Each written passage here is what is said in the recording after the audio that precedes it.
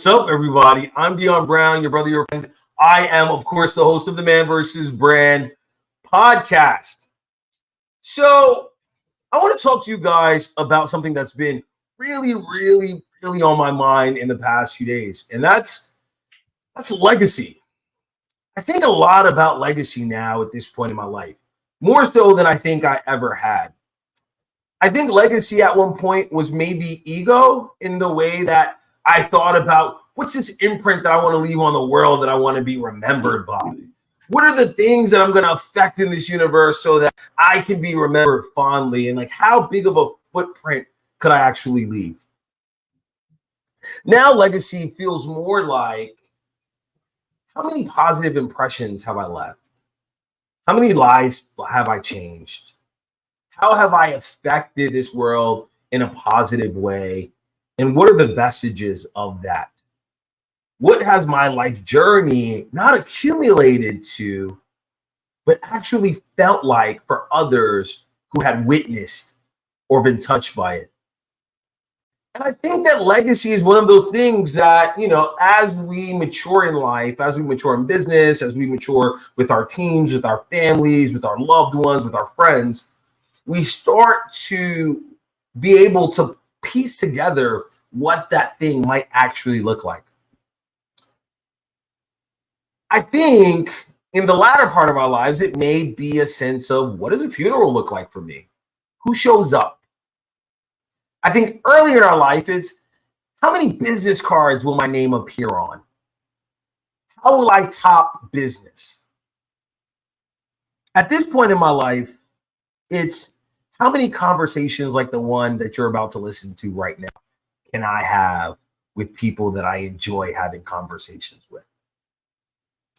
And so I want to have a legacy conversation from the perspective of building strong relationships, bringing together family, and aligning people to the vision that you have around causes that are important to you. And I want to talk about what legacy looks like from those three perspectives. And I feel like I have an excellent guy to have that conversation with so that you guys can experience not only my perspective, but also his. I'm talking to Brandon Barnum, and he is the CEO of HOA. He'll talk to you about that and all of the benefits that come with creating networks of beneficial relationships and referrals. We're also going to talk about what it is to build solid family ties.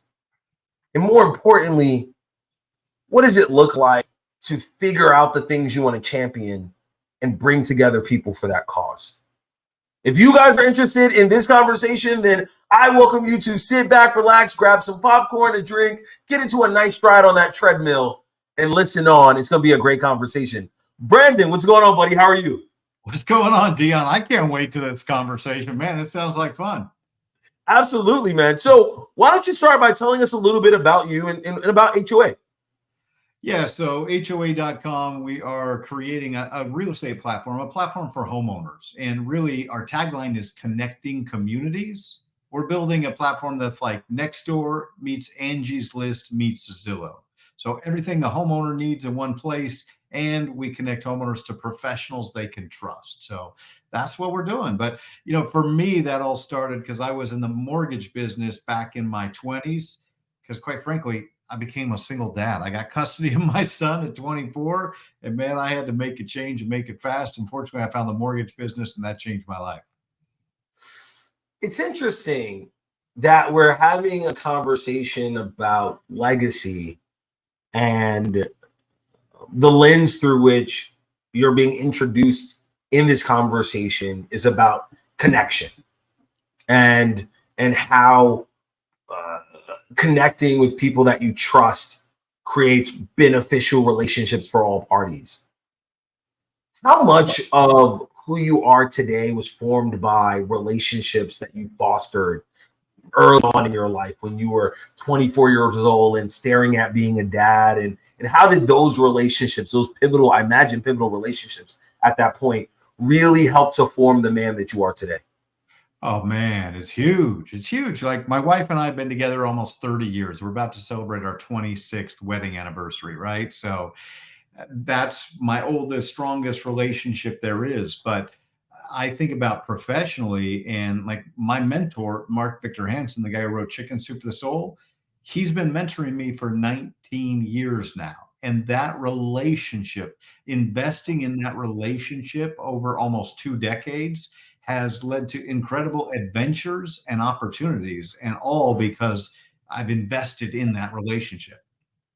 Absolutely. So when you think about like the partnership that you have with your wife, right? Um, I'd imagine that so much of what you discover about yourself is also what that other person is reflecting to you about who you are, right? And so you're engaged in this intimate relationship, this partnership, and um she's seeing your growth, she's seeing your change, she's seeing the effects of mentorship on how you show up for your children, for her, for yourself. And in that sort of relationship, I think you get to enjoy what will ultimately be a part of your own legacy, right? Is that you have this life with this woman and these children that you've created, and these children that you've created from another situation, and all of it sort of comes together into something that might at one point seem chaotic, but through growth now feels right. So how is that journey? How is sort of marriage informed, what you think about your own future right now? It's huge. I think about when we got together, I was 23 years old and I was a knucklehead, right? Just self-absorbed. And I'm just graced by God that my wife would stay with me through 30 years almost of not just marriage, but partnership and friendship, because who I was is not who I am today. I am who I am because of that woman, right? Because of my wife helping me get better. And that's part of what relationship does, is you learn what you're doing well and what you're not doing well. And women have a really good way of helping you see what you aren't doing well and what you can improve upon. Absolutely. So you mentioned God. How has Yeah. God played into your own sort of life journey? Like, um, what's that relationship done for you in your own personal life? It's huge. My faith crusade is kind of how I describe it, but it's tremendous. And I have an incredible relationship with, Jesus and God. And I spend time every day listening to worship music and just in prayer. I lay in bed every morning and just connect and ask for guidance and, being still Yeah. so that God can speak to me. But I didn't start that way. I was raised by lesbians. I didn't go to church when I was a kid, but I was always attracted to it. Yeah. But now I am courageous in my faith and bold in sharing my love for Jesus and my belief in God. And that wasn't the case when I was younger. I always had bold Christians inviting me to do that, but it was only in my later years. I mean, I'm 53 now, so I'm not ancient, but I'm older and wiser and mature. Yeah. And that boldness, I've just seen God deliver over and over and over again. And I look at the world and I think, where is God not? Absolutely. So take all these portions. We talked about this business of interconnected relationships, and we talked about family and the importance of partnership and the importance of faith in that relationship in your life. And so how do those sort of come together in the way that you look at your future? Like, do you feel really positive about what's to come? Are you excited about what's to come? Because all of those relationships, including the relationship that you have with yourself, are sort of building and creating space for who your future self will be, right? As you said, you're not the person you were. And in the future, you will probably evolve into the person that you will be. So how do you feel about that future self? Oh man, I'm on fire and so excited. I mean, number one, I live life by design. So I've designed the life that I have. I've got, hundreds of goals that I've written down that are, documented, that I live for. We just crossed off some of our bucket list as we went to France and got to the top of the Eiffel Tower a couple months ago. So Nice. it's all about designing the life that you want to live. And I do that intentionally. And I built relationship into our business. Quite frankly, I teach people how to build raving referrals and profitable partnerships and build their business in partnership with others. So, we've got some incredible partnerships at HOA.com because of the relationships that we're building and knowing that 1 + 1 = 11. 1 + 1 = 11. I feel like I've heard that one other time before. Not quite sure. No, I'm kidding, guys. We have this is our second recording of this podcast. Brandon was kind enough to come back. And I'm excited because he has such great things to share. That's why I know this is going to be a spectacular episode for you guys. But in the initial one, I said I never heard that 1 + 1 = 11 and that I would steal it from him. Because I like the visual of 1 + 1 = 11. So talk to me a little bit about that. What's the philosophy around it, right? Because the obvious thing is 1 + 1 = 2. This idea that 1 and 1 then forms 11, which is greater than the sum. It includes numbers that are not included in the traditional math sense. So talk to me around where that idea came from. Yeah, well, Dion, first of all, most people are probably listening to this podcast, not watching it. So if you take your left and right index finger, your left and right hand, you put your finger out and you put your ones up, you put them together, that's where the 1 + 1 = 11. So hopefully now you can visualize what it is we're talking about. But my mentor, Mark Victor Hansen, taught me that. And it's all about leverage and leverage of relationships and what we call profitable partnerships. We just inked a deal with a company called Thumbtack. Thumbtack has over 250,000 home service professionals in their network. So by partnering with them, we're bringing their pros into our network and we're equipping and connecting homeowners to professionals they can trust, right? So if we don't have a pro that's already part of our HOA.com network, then we're able to connect those homeowners to help them through our partnership with Thumbtack. And that's just an example of that type of partnership where leverage and relationship creates exponential impact and income. Thank you for that. So let's talk a little bit about HOA because I feel like I know a little bit about it, right? And so let's get the audience caught up with what HOA is about. So this is a network that connects suppliers of services with individuals who will have needs in a professional sense so that they can work together and benefit from mutually cooperative relationships, right? Yeah, man, that's definitely a part of it. And there's layers to what we're doing, right? You have to look at it from different lenses. So from a perspective of a homeowner, homeowners are always looking for different service providers that are realtors, mortgage lenders, insurance agents, painters, plumbers, and all those types of professionals. Well, we do background checks, we vet them, and then we bring them into our network so that homeowners can find professionals they can trust. Now, from the viewpoint of a professional who serves homeowners, we help them build their business and we help them create referral partnerships.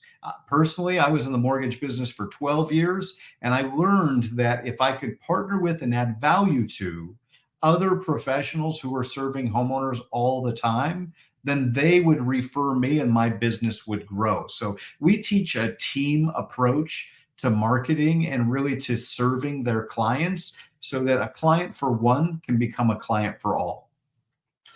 So, for example, I am a plumber. Yep. And I am working with a contractor who does renovations.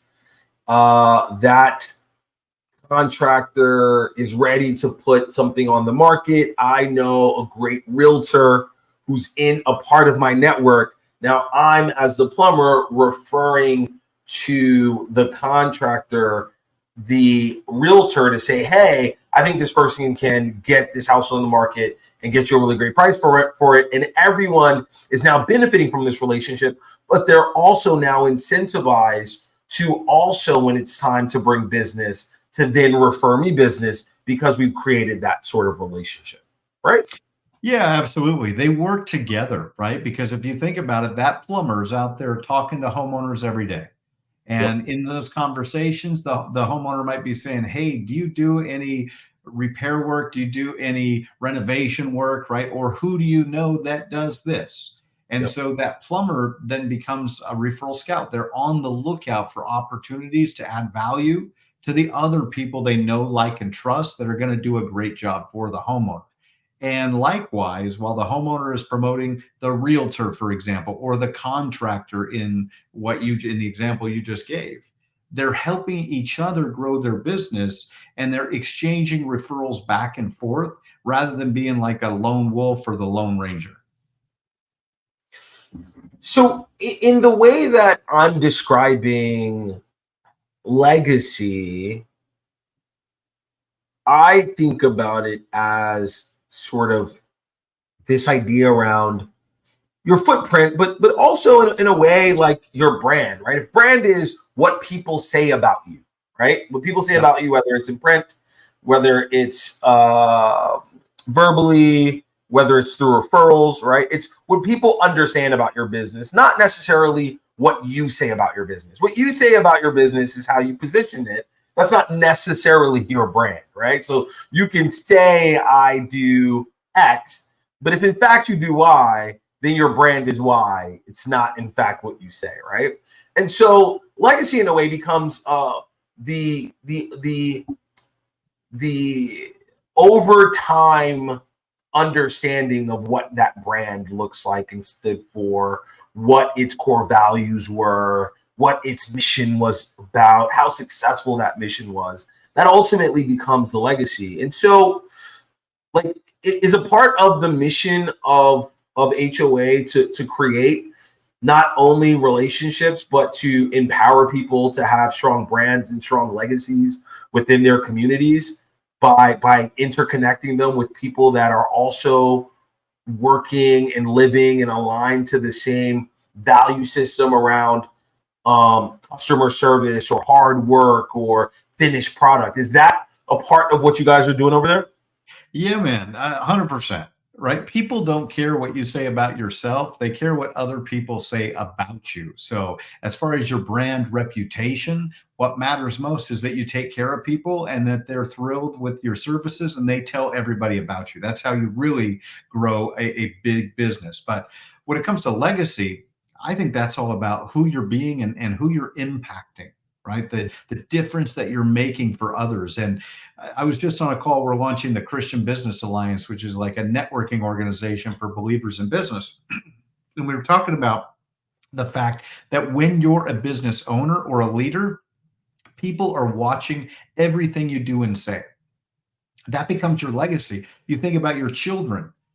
They're watching everything you say. If you say don't do something, but you do it yourself, that's hypocritical. And your kids are watching. So ultimately, you need to be the leader, be the change you want to see in the world, is what Gandhi said, right? But you want to Yeah. be the leader that inspires others and that impacts everyone possible.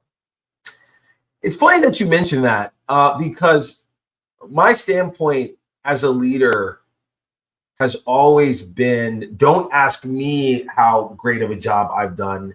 Ask the people that I serve how great of a job I've done, right? Because I can tell you all of the initiatives I've taken, the projects I've led, but if those didn't have a positive effect on the lives, businesses of those that they were meant to, then I could give every accolade necessary, but that won't be my legacy because my legacy is told by others, not necessarily told by myself, right?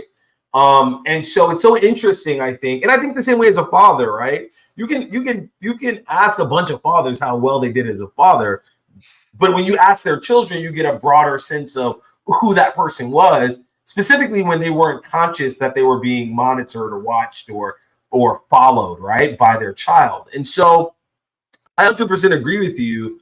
I think though that like very similar to a brand, it's almost like, you know,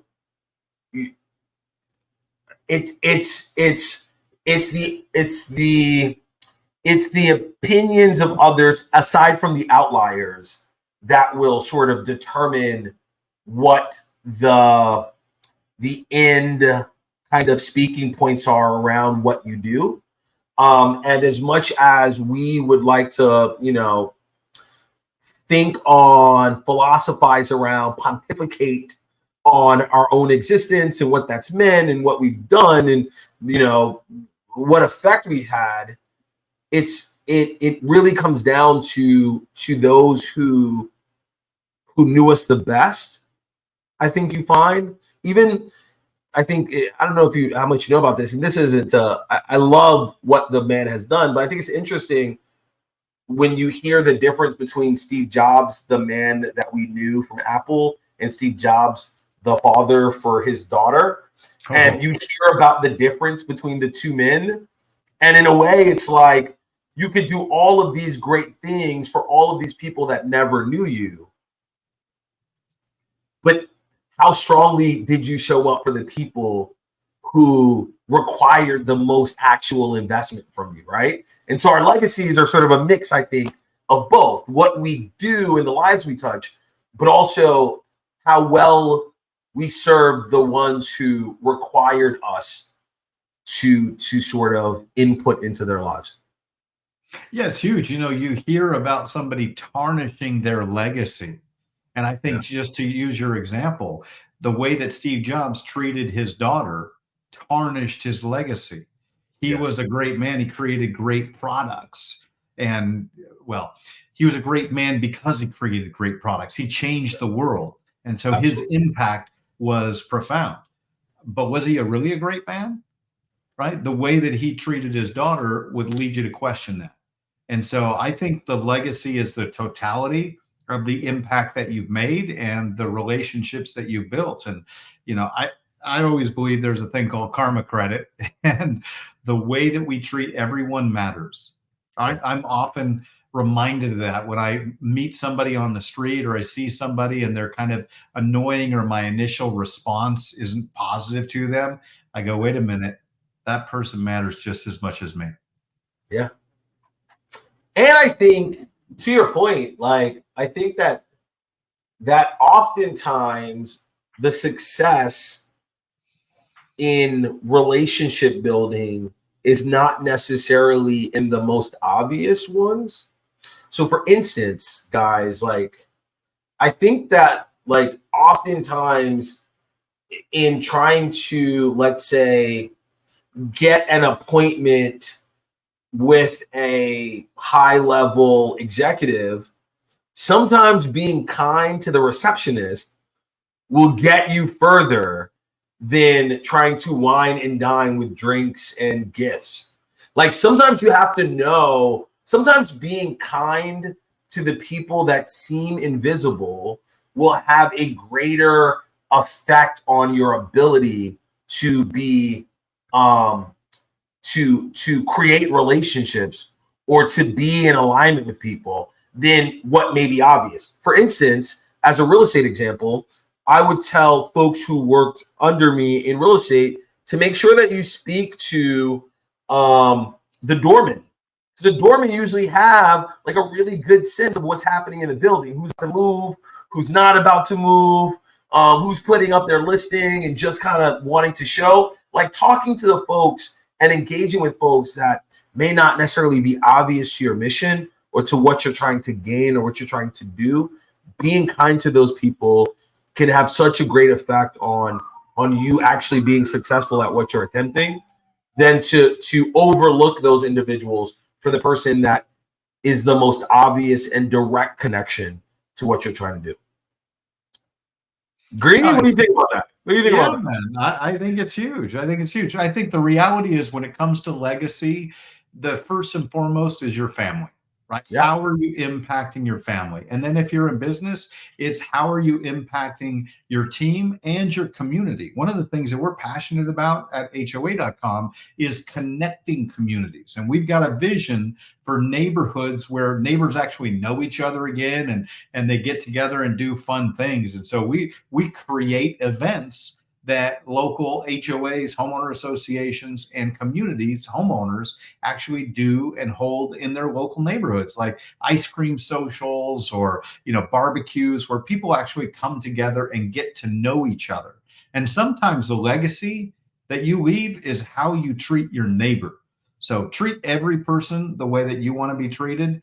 There's a platinum rule. The golden rule says, do unto others as you would have others do unto you.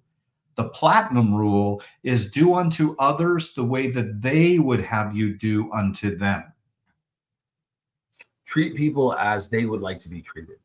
That's it. Yeah, man. So what's interesting about you putting together these HOA events and having the individuals in the HOA program, partners, referrals, service folks do it is that it really helps them to create strong relationships in their community by curating events and creating fellowship and putting together gatherings. How important do you feel like it is to facilitate social engagement for people that you want to get into a relationship with? Like how important is it as opposed to maybe just a one-on-one direct relationship sort of thing? Like how do you see those two interacting, or what's the split in terms of what's a positive way of creating relationships when you're curating social ones versus just direct one-on-one? So for me, I always want to influence people that have an audience. That's what I'm doing with you right now. We're hanging out together and you're blessing me by inviting me to come speak to your audience, right? So it's win-win, because hopefully I'm giving you some good content, some nuggets, and that you can share with your people. And it helps us spread the word about what we're up to, what we're passionate about. And so that's the kind of win-win relationship that you're looking for. I do a lot of speaking. I was just up in Denver this last weekend at an event, and it was a smaller event. There's only about 25. I've got another event in a couple of weeks. I'm speaking for about 75. But I always look for opportunities to connect with people of influence, whether that's online, a social media influencer, or it's a business owner that is already serving the community or the client and customer type that I'm looking to serve. And, at HOA.com, we teach our team, it's all about helping people help people. So every day in your relationships, look for ways that you can make a difference. How can I help you? The reason I said yes to you, Dion, is I'm like, look, even if we're going to have the same conversation we had before, I want to help you help others. And that's what it's all about. Absolutely. All right. So you've mentioned this idea around causes and things that you're really passionate about. How important in your life and business is it to have causes and do cause related championing? Like how important is it to find causes that you're aligned to and help support those causes and to get community around those causes that you find to be important to your life, to your family, to your business, to the world? For me, it's most important. I'll tell you what, I studied success as a kid, right? In my 20s and my 30s, I was reading all kinds of documentaries, autobiographies. And when you look at the most successful financially people, right? The most financially successful business owners and leaders, what you realize is they go through this accumulation stage of their life. They're trying to make a lot of money so they can have a bunch of stuff. Yep. Says the cars, the trips. And what they realize is, even like rock stars and celebrities, that all that stuff is empty. It's fun, it's nice to have, but once you have it, you're looking for more. What you're looking for is impact. What you're looking for is legacy. The best drug on the planet that I've ever experienced is making a difference for somebody else and watching them be impacted by your selflessness or your gift. That's real legacy in my mind. Got it. So when you're looking at bringing folks together around causes, around things that you're passionate about, how do you balance that with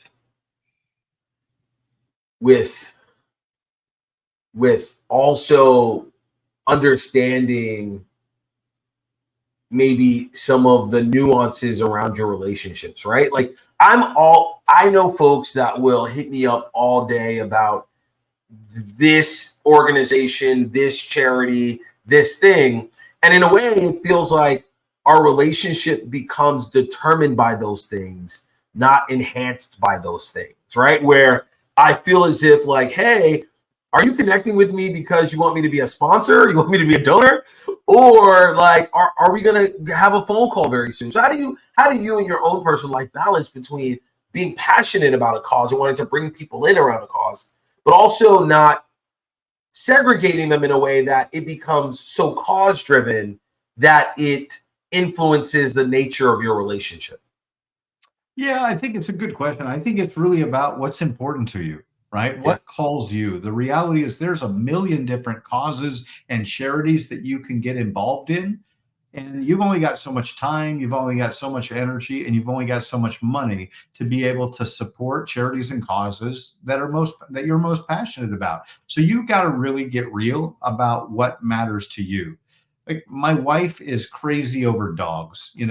She's still working, but I think when she retires, she wants to start a dog rescue charity because she just wants to help all the puppies in the world. And that's what matters to her, right? Dogs and kids. So it's really about what you're passionate about. And some of that comes from your life experience and your life story. If you had a parent or a sibling that died because of a specific either health issue or some circumstance, you may take up that mantle. You may be more passionate about making a difference in that area. So it's really about what matters most to you and getting in the game. We teach people to be charity champions. I believe that every business owner and business professional should find what it is that they're passionate about and go support those charities or causes that matter most to them and tell the story about the difference that their business is making. Quite frankly, it's just good business. So really, to answer the question, it's more of everyone advocating for what's important to them. So if I'm a champion of dogs and you're talking about building homes, then as you're talking to me about building homes, I'm also then talking to you about dogs. And we may find that there's some overlap in what we're trying to pursue. Maybe it's finding homes for folks for dogs, for people who are now just kind of getting into their space and yada, yada, yada, right? So it's about sort of everyone advocating for what they're passionate about and then finding community and tribe within those common causes. Yeah, it's huge. It's huge. You should absolutely find what you're passionate about and then align with others that share that passion, right? And get involved with something that makes your heart happy. At the end of the day, this life experience that we have does come down to feelings and experiences, and find something that makes you feel good inside and go make others feel good as well. Got it. So do you serve on any boards? Yeah, I'm right now on the chairman of the Christian Business Alliance. So that's really what I'm focused on building right now. So that and business boards. Okay. So what's been your secret to serving on board? So I have a lot of leaders in here, a lot of folks that are either serving on boards, not serving on boards, had some negative experiences about the efficacy of the boards that they were on. Give me some of maybe your tips. How do you approach board service and how do you measure whether your time is being effectively used to support the mission of the boards that you serve or the organizations for whom you serve on their board? Yeah, again, it comes down to the mission of the organization. You've got to be aligned, you've got to be passionate about it. So it really is about protecting your time and how much time that you want to dedicate. With HOA.com, we focus on serving homeowner associations, right? And so my wife is actually on our HOA board about this local community of 110 homes that we live in. And she's dedicating time to that. And that's her personal choice. For me, I'm focused on creating a global organization of business believers and people that want to, partner with their local church and connect people around business and faith. So it's all a matter of what you're most passionate about and where you find that you can make the biggest impact with the time that you have. Got it. So finally, Brandon, talk to me about your own legacy, right? Like, so you just mentioned you're looking to create this global organization that allows people to connect, believers in business. You've working through the HOA and really solidifying, I would imagine, reach, relationships, and partners within HOA. But like you mentioned that you're a father. You've mentioned being a husband. Mentioned your faith. If you could articulate what you would want for your own legacy, what would that look like? Yeah, it's a great question. And, I always ask people, what's most important to you? Is it your income? Is it your influence? Or is it your impact? Right. And there's people at different stages in their life. For some people, it's like income. Look, I got to feed my kids. I got to pay my mortgage, and income is what matters most. Once you get past income a little bit, then it's about influence and influencing others, making a difference. And ultimately, I believe that you'll get to a place of impact where impact matters most. For me, I recognized decades ago that's where I wanted to start. And so I've been supporting charities for decades. That's actually how Mark Victor Hansen and I met years ago. So when I'm gone from this earth, I hope, number one, that my family is richly rewarded, not just in money, but in love and respect, and that my kids know that they need to make a difference in the relationships in their communities and do all they can to make the world a better place. Ultimately, that's what we have to do with our time here on earth. And there's nothing better. Like, honestly, I go to fundraising events and I go donate time, energy, money, and it's richly rewarding for me. So I want to infect as many people as possible and give them that giver's high that I've experienced so many times. So I hope that everybody becomes a charity champion for whatever they're most passionate about. So there's 4 I's. There's income, impact, influence, and infection.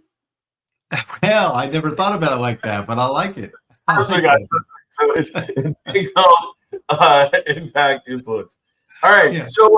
So talk to us, man. Tell us about the ways in which we can connect with your content, what you're doing, both with HOA and with the Christian business organization that you're creating. And I will then ask you the 2 questions that I ask everyone on the Man vs. Brand podcast. All right, cool, man. So yeah, you can check me out at brandonbarnum.com. That's got links to all the various things that I'm involved in. Although we need to add the Christian Business Alliance because we just kicked that off 2 weeks ago. But if you are a professional who serves homeowners, check out HOA.com. Again, it's kind of like Nextdoor meets Angie's List meets Zillow, and we're always looking for top-rated professionals that are serving homeowners on a local basis. And then the Christian Business Alliance, you can find us at thecba.org. thecba.org. And we're looking for chapter leaders. We're looking for people that want to step up and have this conversation about faith and business and really lead others in that conversation. It's a lot of fun and richly rewarding. Absolutely, man. So definitely go check it out, guys. Very quickly, though, give me a book recommendation. What's a book either that you have authored or that someone, I see these books behind you, and I'm really inspired. Guys, for the ones who are listening and not watching, there are books behind Brandon's head right now. And I'm interested in one. Give me a book recommendation, something that you think that if read today could have a great impact on someone's life. I'll tell you, one of the books that made the biggest difference in my life was called The 1 Minute Millionaire, and it was by Mark Victor Hansen. Is actually what led to me meeting him, because I was so inspired by that book. It's really two books in one. It's called The 1 Minute Millionaire, The Enlightened Way to Wealth, and it's all about creating wealth that creates impact. And there is a nonfiction side of the book and a fiction side of the book. So it's like the steps to success coupled with a fable about somebody that used those steps to make a difference. And it's an awesome book, The 1 Minute Millionaire. 1 Minute Millionaire. It'll be in the show notes, guys. So definitely check it out. All right.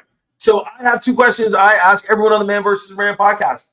First question is, on any streaming platform, podcast, or book, what's something that you've recently engaged with that you thoroughly enjoyed? You know, I was up in Denver, Colorado last weekend speaking at an event, and I met a man named Daniel Lopez, and he wrote The Millionaire Mind, or that's the subtitle. It's not exactly it, but he and I are getting together on Thursday, and I was just so inspired with who this man was being. Like, I just wanted to be around his energy orbit, and so I'm looking forward to getting together with him again on Thursday. So Daniel Lopez. Now I got to look it up because I don't want to get it wrong. Hold on, I got his card right here. I'm beating you to the punch. Daniel Gomez, The Makings of a Millionaire Mind. There we go. Daniel Gomez, The Makings of a Millionaire Mind. All right, Daniel Gomez. Okay, so I will definitely have that in the show notes. The second question, on any streaming platform, podcast, or book, what's something that you thoroughly enjoy that people may not readily associate with you? You know what, man? I love scuba diving. Like, that's one of my passions, is getting under the water. It's amazing. It's like a whole different universe. And so scuba diving is one of the things that I love more than anything on this earth. And I need to get out there and do it more often. Where's your favorite place? Where do you like to go scuba? My daughter and I just dove Cozumel not too long ago, and that was amazing. So she was just in off the coast of Africa and the Canary Islands this summer, but yeah. Cozumel is incredible diving. Yeah, Cozumel is like one of my favorite places as well. If you guys get a chance to get on the playa side of Mexico, check out Cozumel, Playa del Carmen, Tulum, Cancun is all in that same area. And they have some beautiful water, beautiful scuba diving, and the cenotes, the cave systems are awesome too. So yeah, check that out. All right, awesome, man. I appreciate your time, Brandon. This has been great. What I will do for you guys is make sure that you have all the information to check out the many things that Brandon is doing, and also, to get an opportunity to really connect with him, not only as a business owner, but also as a leader who's faith-based, as a person who is very much a advocate for creating referral relationships. So there's not just this idea of HOA, but just a general guiding principle that he's maneuvering through this life with. And I think that it's one that is not only impactful, he's on this podcast right now and connecting with people that are very much aligned with that cause, but it's something that we're really looking forward to what he does in the future, what that impact looks like, not only today, but for his future self, for his family, and for the world. So, Brandon, thank you so much for joining us on the podcast. I'm glad we got to do this a second time. I appreciate you being such a great sport around it and really having these amazing nuggets to share with the audience. My pleasure, Dion. Thanks for having me, brother. Absolutely. Thank you guys for always joining in on the conversations. Love you all. We'll speak to you soon. Bye now.